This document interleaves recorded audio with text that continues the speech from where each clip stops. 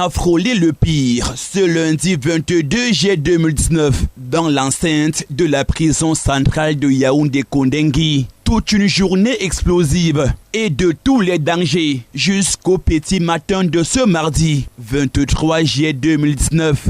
Plus de 3 heures d'horloge, des coups de feu de sommation des gardes prisonniers dans un espace pénitentiaire particulièrement agité et en pleine ébullition, avec des prisonniers manifestants qui maintiennent la dragée haute, nonobstant ces tirs en l'air, pour dissuader cette marée humaine confinée sur la cour principale de la prison centrale de Yaoundé-Kondengui.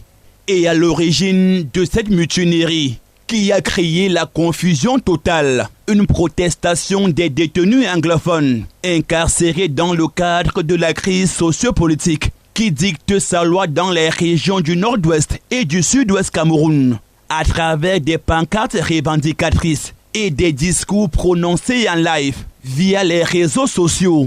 Ces prisonniers manifestants dénoncent les mauvaises conditions de détention et la lenteur dans les procédures judiciaires. Des manifestants de la crise anglophone décidés de quitter tous le pénitencier ce lundi, qui ont été rejoints plus tard par les prisonniers militants du mouvement pour la renaissance du Cameroun, qui s'offusquent à leur tour de la non prise en compte de leurs revendications, malgré le renfort venu des rangs des éléments de la gendarmerie nationale et de la police. Ces détenus en colère ont réussi à incendier 2 bâtiments, dont la bibliothèque de la prison centrale de Kondengui.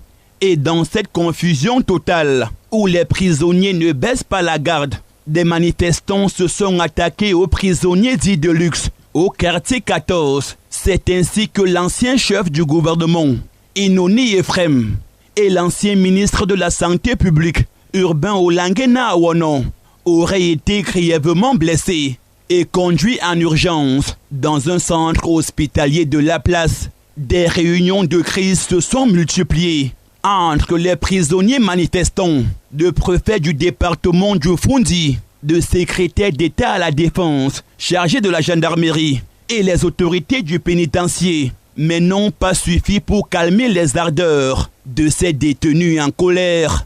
Et c'est aux premières heures de ce mardi qu'un calme relatif était perceptible, tant au sein des geôles qu'à l'extérieur de la prison centrale de Kondengui, particulièrement en ébullition et dans un dispositif sécuritaire renforcé.